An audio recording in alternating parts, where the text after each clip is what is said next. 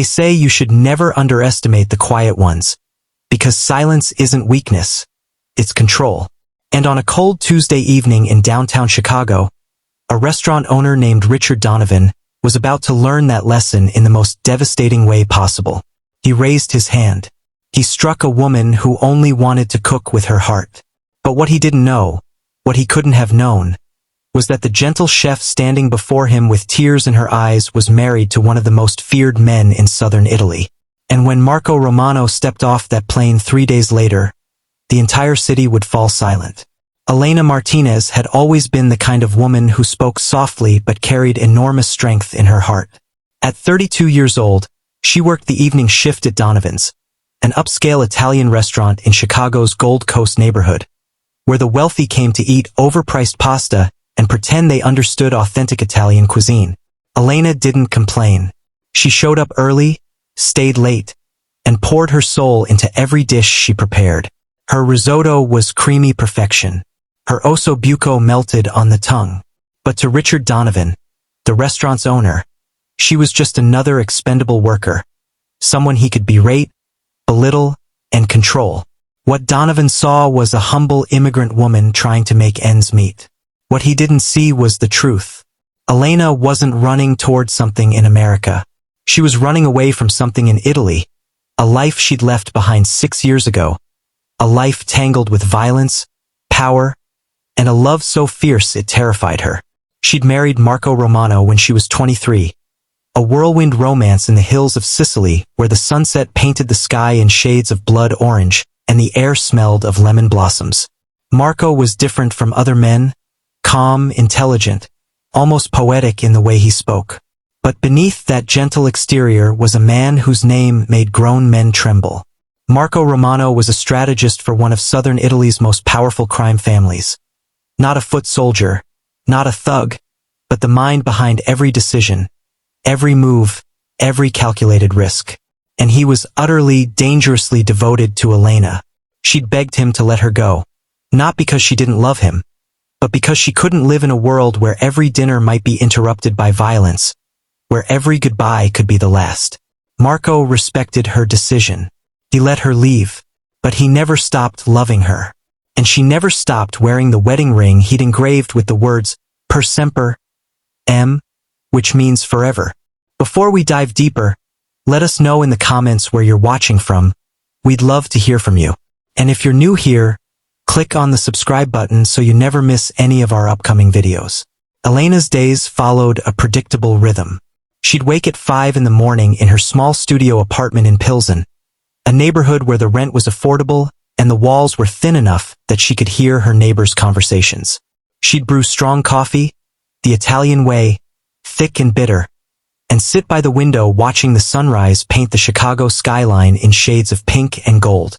Those quiet moments reminded her of Sicily, of morning walks through olive groves with Marco, his hand warm in hers, his voice low as he recited poetry he'd memorized just to make her smile. But those memories hurt too much, so she'd push them away and focus on the present. She'd take the L train to work, standing shoulder to shoulder with commuters who never made eye contact, everyone lost in their own worlds. At the restaurant, she'd tie on her apron, check her station, and begin the prep work that would carry her through the evening service. Chopping onions until her eyes watered, blanching tomatoes and peeling away their skins, reducing wine until it became syrup, concentrated and rich. The other kitchen staff respected Elena. They knew she was skilled, that her palate was impeccable, that she could salvage a broken sauce or rescue an overdone protein with instinct and grace. But they also sensed something else about her, a sadness that clung to her like the smell of garlic on her hands, something she couldn't quite wash away no matter how hard she scrubbed. Donovan, on the other hand, had no respect for anyone. He'd inherited the restaurant from his father 10 years ago and had been running it into the ground ever since. He took credit for dishes he didn't create, screamed at servers for mistakes that weren't theirs, and treated the kitchen like his personal kingdom where he ruled through fear and intimidation. His gambling problem was an open secret. His drinking was getting worse, and his desperation was becoming impossible to hide. That Tuesday evening started like any other. The kitchen was loud, pans clanging, orders shouting, the smell of garlic and butter thick in the air. Elena was working on a special dish, a seafood linguine that a VIP customer had requested. She'd been perfecting the balance of flavors for over an hour, tasting, adjusting, making sure every element sang in harmony. The pasta was cooked exactly right, tender but with just enough bite. The shrimp were perfectly seared, their shells crisp and fragrant. The sauce was silky, infused with white wine, lemon, and just a hint of red pepper flakes. But just as she plated the dish, adding a final sprinkle of fresh parsley and a drizzle of olive oil, Donovan stormed into the kitchen. His face was red, his tie loosened, and his breath reeked of whiskey. He'd been drinking in his office again, something he did more and more frequently as the restaurant's finances crumbled under his mismanagement and arrogance. He grabbed the plate from Elena's hands and stared at it with disgust. "What is this?" he spat. "This looks like something I'd scrape off my shoe." Elena's heart sank. She'd put everything into this dish. Every ounce of skill, every bit of care. "Sir, that's the special order for table 12. I followed the recipe exactly." "I don't care what you followed," Donovan shouted, his voice echoing through the kitchen. Every cook, every server froze. The sizzle of pans seemed to fade into background noise. "You're useless, Elena. Absolutely useless. I should have fired you months ago." The words cut deeper than any knife. Elena stood there, her hands trembling, trying to find something to say, some way to defend herself. But before she could speak, Donovan did something unforgivable. He threw the plate onto the floor. The crash was deafening, ceramic shattering into 100 pieces. Linguine and shrimp splattered across the tile, sauce pooling like blood. Elena stared at the mess, at hours of work destroyed in a single moment of cruelty. Her eyes filled with tears, but she refused to let them fall. She wouldn't give him that satisfaction. And then Donovan did something that changed everything. He slapped her. The sound cracked through the kitchen like a gunshot. Elena's head snapped to the side, her cheek burning, her vision blurring. The kitchen went silent. Someone dropped a spoon. The sound of it hitting the floor seemed impossibly loud in the sudden quiet. Danny, a young line cook who'd always been kind to Elena, stood frozen near the grill, his phone in his hand. He'd been recording. His hands were shaking, but he kept the camera steady, capturing everything. Donovan leaned in close to Elena, his voice low and venomous. "Get out of my sight. And if you ever embarrass me again, you're done. Understood?" Elena nodded, her throat too tight to speak. She grabbed her coat and walked out of the restaurant into the cold Chicago night, her entire body trembling, her cheeks still burning from the impact. Elena didn't go home. She couldn't face the emptiness of her apartment, the silence that would force her to confront what had just happened. Instead, she walked to the lakefront and sat on a bench near the water, staring at the dark expanse of Lake Michigan. The wind was brutal, cutting through her coat, biting at her skin, but she didn't move. She welcomed the cold. It numbed everything else. For the first time in 6 years, she thought about calling Marco. She imagined hearing his voice, calm and steady, the way it always was. She imagined telling him what happened, and she knew exactly what would follow. Marco would book the first flight to Chicago. He would find Donovan, and Donovan would disappear. It would be clean, efficient, and final. That's how Marco operated. No mess, no mistakes, just results. But Elena couldn't do it. She couldn't be the reason someone died, even someone like Donovan.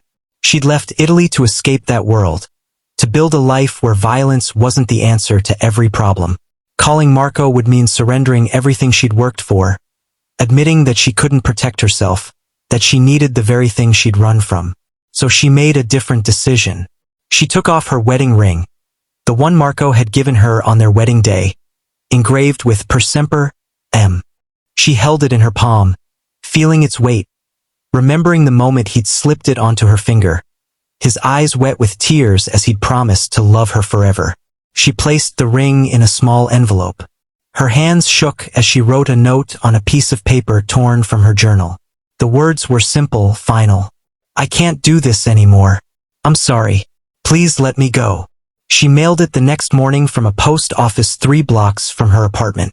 As she dropped the envelope into the mail slot, she felt something inside her break. But she told herself it was for the best. Marco deserved to move on. He deserved someone who could live in his world without flinching.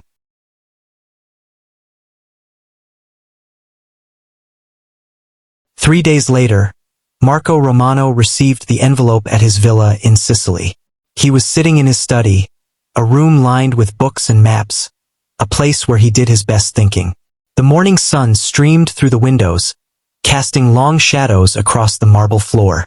When his assistant brought him the envelope, Marco recognized Elena's handwriting immediately. His heart began to race, but his hands remained steady as he opened it. Inside was the ring, just the ring, and the note. He read the note once, twice, 3 times. Then he set it down on his desk and stared at the ring. He picked it up, turning it slowly in his fingers, reading the inscription he'd chosen so carefully. Per semper M. Forever. Tears began to stream down his face. He didn't wipe them away. He simply sat there, crying silently, his shoulders shaking, his breath coming in ragged gasps. Marco Romano, a man who'd negotiated with warlords and made billion-dollar deals without flinching, was broken by a simple gold band and 7 words on a piece of paper. He didn't shout. He didn't throw anything. He didn't call anyone. He just cried. And then, after what felt like hours but was probably only minutes, he picked up his phone and called his assistant. Book me a flight to Chicago. Tonight. His assistant hesitated. Boss is everything. Tonight, Marco repeated, his voice cold and final. 24 hours later, Marco Romano landed at O'Hare International Airport. He didn't bring bodyguards. He didn't bring weapons. He came alone, dressed in a simple black coat, carrying only a small suitcase. To anyone watching, he looked like a businessman attending a conference or visiting family. But the way he moved, calm, deliberate, patient, suggested something far more dangerous. Marco had learned long ago that the most effective power is the kind people don't see coming. Violence was easy. Violence was for amateurs. True power came from information, strategy, and perfect timing. He checked into a modest hotel in the Loop and immediately began his investigation. He called Elena 3 times. She didn't answer. He went to her apartment, but when he knocked on the door, she wouldn't open it. Go home, Marco, she said through the door, her voice cracking. Please, just go home. Not until you tell me what happened, Marco said softly. Not until I know you're safe. I'm fine. You're lying, Amore. You sent me our ring. That's not something you do when you're fine. That's something you do when you're scared, when you're hurting, when you think you have no other choice. There was a long silence on the other side of the door. Marco pressed his palm against the wood, wishing he could reach through it and hold her. Please, Elena whispered. I can't tell you, because if I do, you'll destroy him. And I don't want that blood on my hands. Marco closed his eyes. He understood. Elena had always been too good for his world, too pure. That's what he loved about her. And that's why he'd let her leave 6 years ago, even though it nearly killed him. Amore, I didn't come here to destroy anyone. I came here because you sent me our ring. That ring means forever. So tell me what forever means to you now. But Elena didn't answer. Marco heard her footsteps retreat into her apartment, heard the sound of a door closing, and knew she wouldn't open the front door no matter how long he waited. He stepped back, his jaw tight. If she wouldn't tell him, he'd find out himself. Marco Romano didn't become one of the most respected strategists in southern Italy by acting impulsively. He understood that information was more valuable than muscle, that patience was more effective than rage. So he began his investigation the way he began everything, methodically, carefully, leaving nothing to chance. He visited Donovan's restaurant as a customer 2 days later, sitting quietly at a corner table with a view of the entire dining room. He ordered the ossobuco and a glass of Barolo, and he watched. He watched how the servers moved, their eyes darting nervously toward the kitchen. He watched how they flinched when a man in an expensive suit, clearly Donovan, walked by. He watched the fear that rippled through the staff like a wave. The food was excellent, but Marco barely tasted it. He was observing patterns, reading body language, understanding the ecosystem of fear that Donovan had created. This wasn't a restaurant. It was a prison where people traded their dignity for a paycheck. After his meal, Marco left a generous tip and a business card with a simple message written on the back. If you want to talk, call this number. Confidentially guaranteed. Within 24 hours, 3 people called. 2 were former employees who'd quit because of Donovan's abuse. 1 was a supplier who hadn't been paid in 4 months. They all had stories. They all had scars, some visible, most not. Marco listened to each of them, taking notes, asking questions, building a picture of who Richard Donovan really was. And the picture that emerged was uglier than he'd expected. Donovan wasn't just a bully. He was a fraud, a cheat, a man who'd built his entire life on lies and intimidation. But Marco still didn't know what had happened to Elena. Not specifically. Not the details that would allow him to act. And then Danny reached out. Danny had been carrying the weight of what he'd witnessed for days. Every time he closed his eyes, he saw Donovan slapping Elena. He heard the sound of it, sharp and terrible. He saw the look on her face, the way her entire body had seemed to collapse inward. He'd shown the video to his girlfriend, and she'd told him he had to do something. "You can't just let this go," she'd said.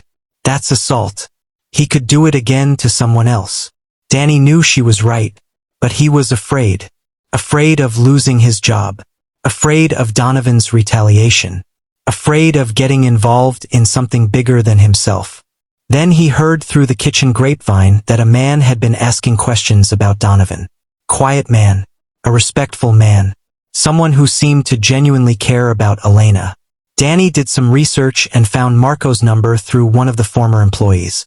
He called late at night, his hands shaking. "I have something you need to see," Danny said.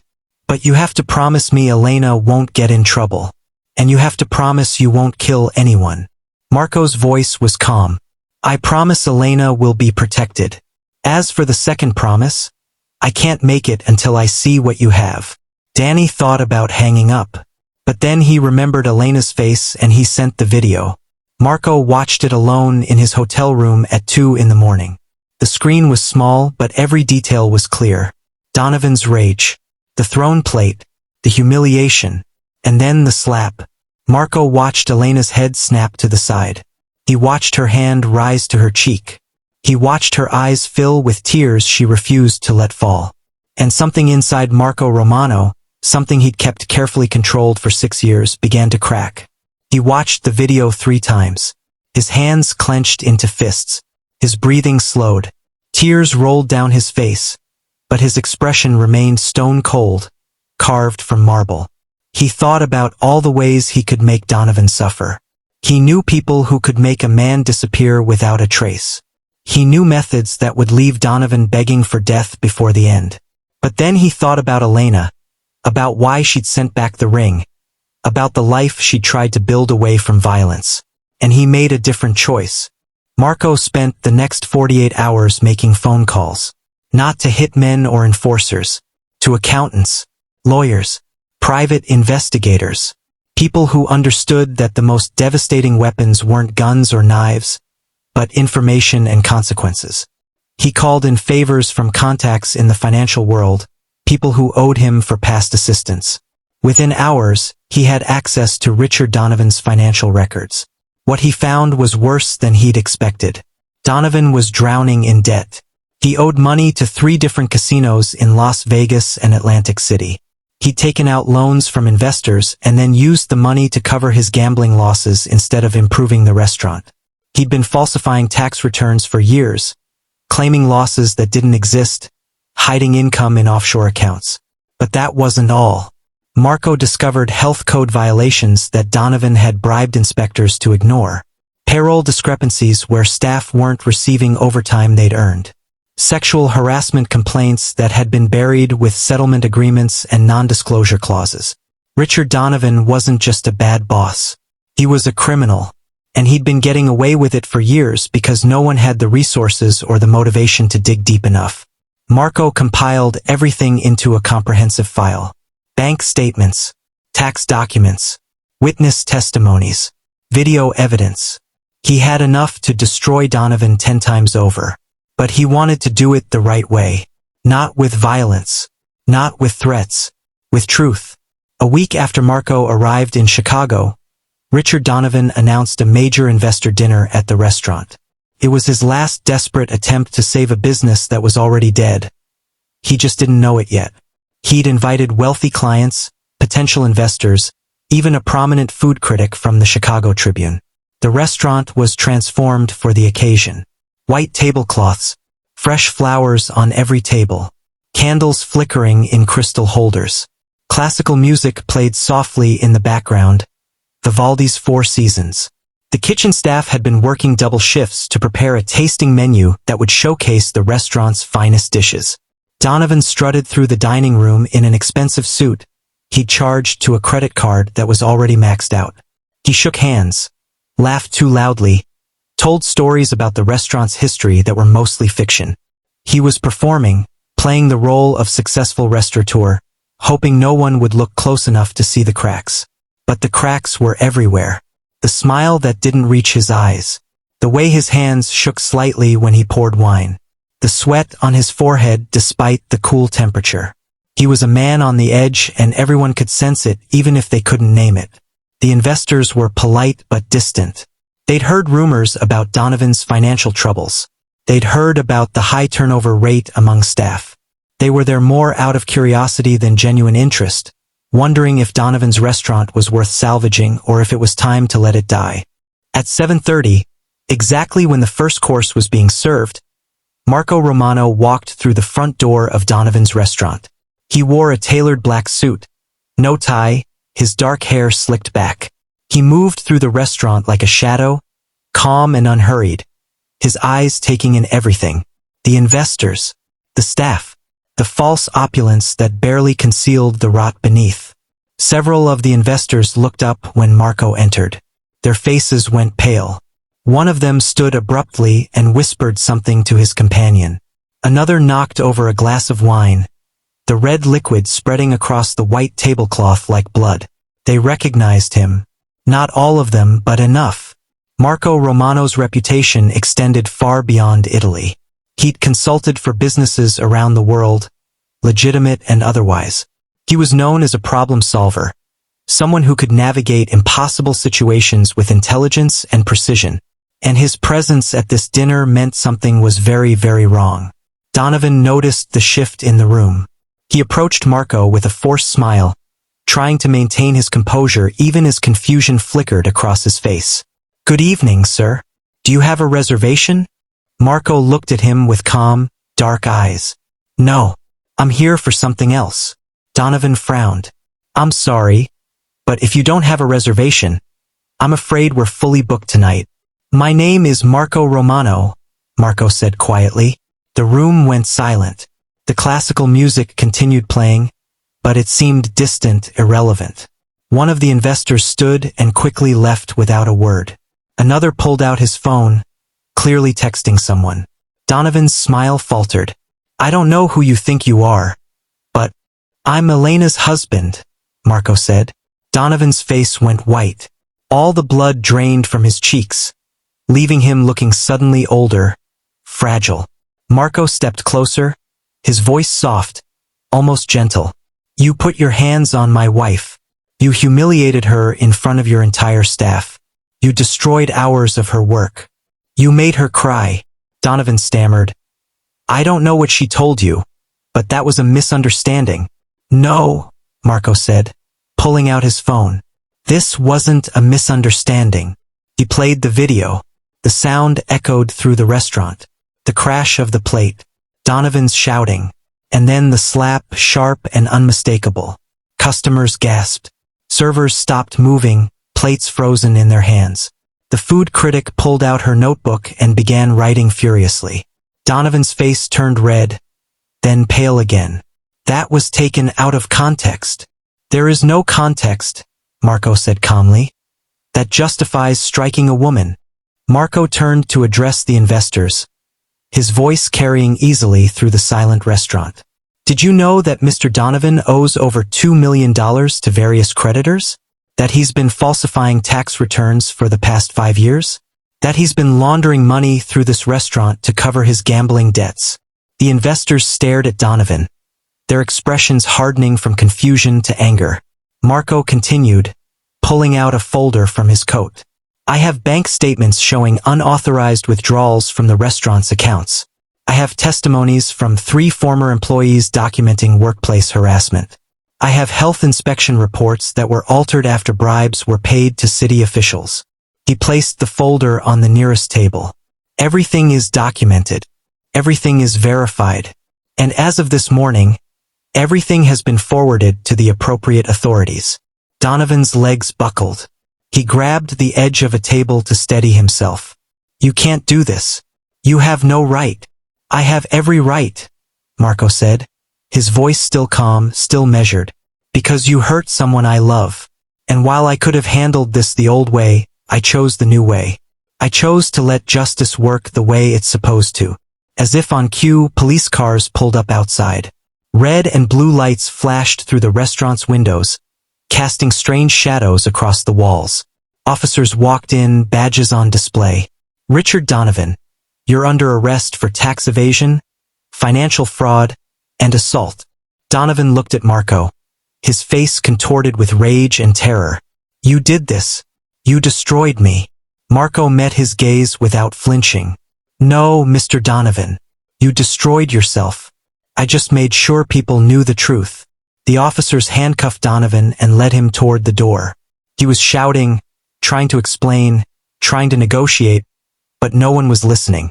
The investors were already calling their lawyers, distancing themselves from the disaster. The food critic was typing on her phone, the story already forming in her mind. And Marco simply turned and walked out into the night. Elena was waiting outside. She'd seen the police cars arrive, had watched through the window as Donovan was arrested. She'd seen Marco walk out, his face calm but his eyes betraying the emotion he'd held back. When he stepped onto the sidewalk, she ran to him. She threw her arms around him, sobbing into his chest, her entire body shaking.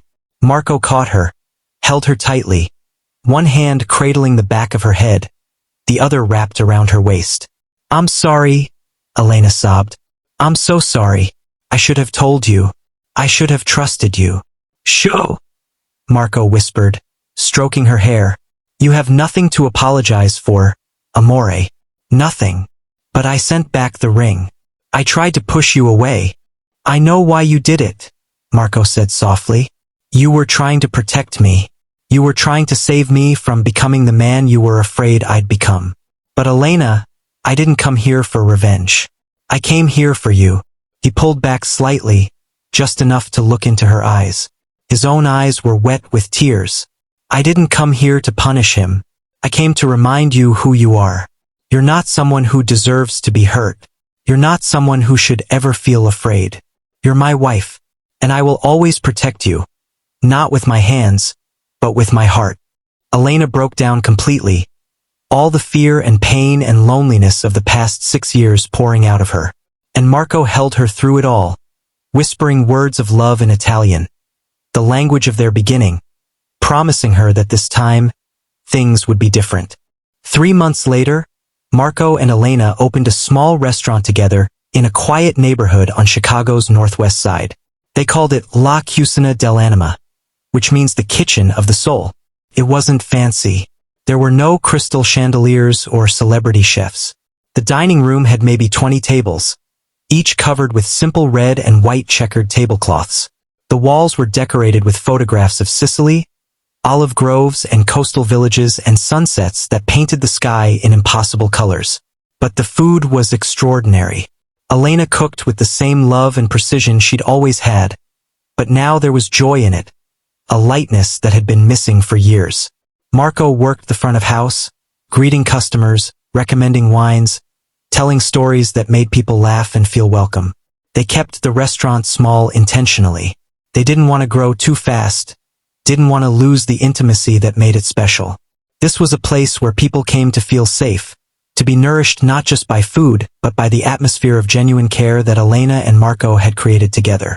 Marco didn't stay in Chicago permanently. His life in Italy still called to him, business matters that required his attention, obligations he couldn't simply abandon. But he visited every month, staying for weeks at a time, and during those visits, he and Elena would sit together in the empty restaurant after closing. They'd share a bottle of wine, usually something from a small vineyard in Tuscany that Marco knew personally, and they'd talk about their dreams, their fears, the life they were building together across 2 continents. Elena had worried that the distance would weaken their bond, but instead it seemed to strengthen it. Each reunion felt like falling in love again. Each goodbye was bearable because they both knew it was temporary. They'd found a rhythm that worked for them, a compromise between Elena's need for peace and Marco's responsibilities in Italy. The restaurant became known not just for its food, but for its story. Word spread about what had happened at Donovan's, about the chef who'd been abused and the husband who'd sought justice without violence. People came to La Cucina dell'Anima curious about the couple behind it, and they left as regulars, drawn back by the warmth and authenticity they found there. Elena hired staff carefully, looking not just for skill but for character. She wanted people who understood that cooking was an act of love, that feeding someone was a sacred responsibility. She paid fair wages, gave generous time off, and created the kind of workplace she'd always dreamed of, where people felt valued and respected. As for Richard Donovan, the courts were not kind to him. The evidence Marco had compiled was overwhelming and irrefutable. The tax evasion alone carried a sentence of up to 5 years, but combined with the financial fraud, the bribery, and the assault charge from the video that had gone viral, Donovan was sentenced to 7 years in federal prison. His restaurant closed permanently within 2 weeks of his arrest. The investors pulled out immediately, wanting no association with the scandal. The staff scattered, most finding better positions at restaurants where they were treated with dignity. The building itself was sold to cover Donovan's debts, eventually becoming a coffee shop run by a young entrepreneur who'd never heard of Richard Donovan and didn't care about his legacy. The video of Donovan slapping Elena had indeed gone viral, shared millions of times across social media platforms.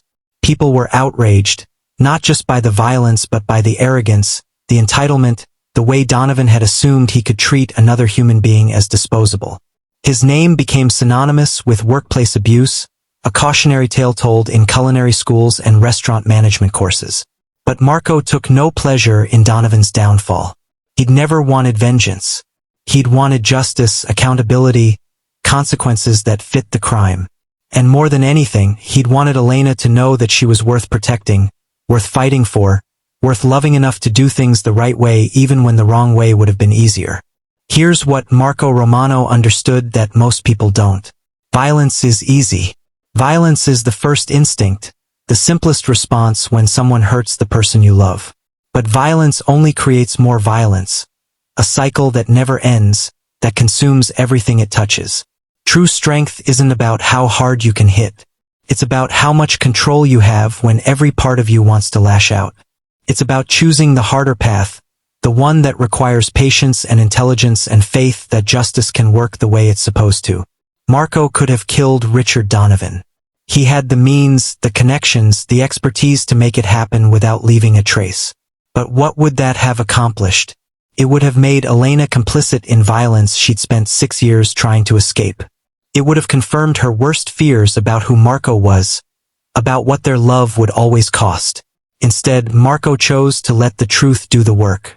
He exposed Donovan's crimes, his corruption, his cruelty, and he let society impose the consequences. It was slower, more complicated, and in some ways more painful because it required restraint. But it was the right thing to do. And in the end, that's what love really is. Not grand gestures or dramatic rescues. Not violence done in someone's name. Love is choosing their well-being over your own satisfaction. Love is respecting their values even when you don't share them. Love is being strong enough to be gentle, powerful enough to be patient, and secure enough to let justice take its course. In a world full of men who choose power, Marco Romano chose peace. And that's what made him stronger than any of them. So now I want to ask you something, and I want you to really think about it before you answer. What would you have done in Elena's place? Would you have told your husband the truth immediately? Or would you have tried to handle it alone like she did? Would you have sent back the ring? Or would you have held on to it, hoping things would somehow get better? And when you were sitting on that bench by the lake, cold and hurt and scared, what choice would you have made? And what about Marco? Do you think his response was too much? Some people might say he went too far, that he destroyed a man's entire life over a single slap. Others might say he didn't go far enough, that Donovan deserved worse. What do you think? Was Marco's choice the right one? Or would you have done something different? Here's another question. If you were one of the other workers in that kitchen, would you have done what Danny did? Would you have recorded the incident and sent it to someone who could help? Or would you have stayed silent, afraid of losing your job, afraid of retaliation?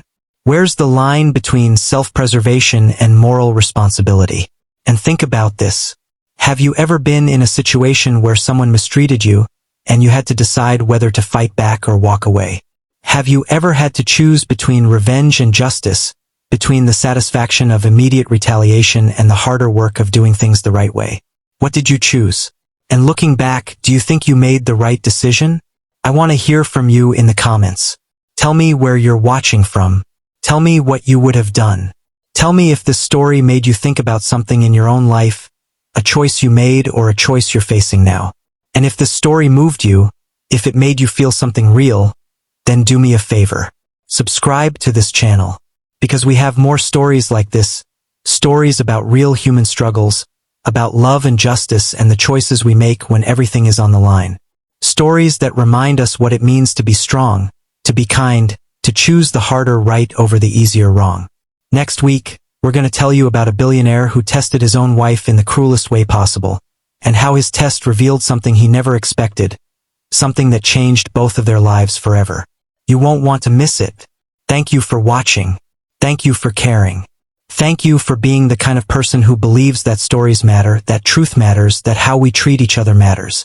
Because in a world that often feels cold and harsh and unforgiving, we need to remember that love is still the strongest force there is. Not the love that controls or possesses or demands, but the love that protects, that respects, that chooses peace over violence and truth over revenge. That's the love that changes the world. One choice at a time, one person at a time, one story at a time. We'll see you in the next one.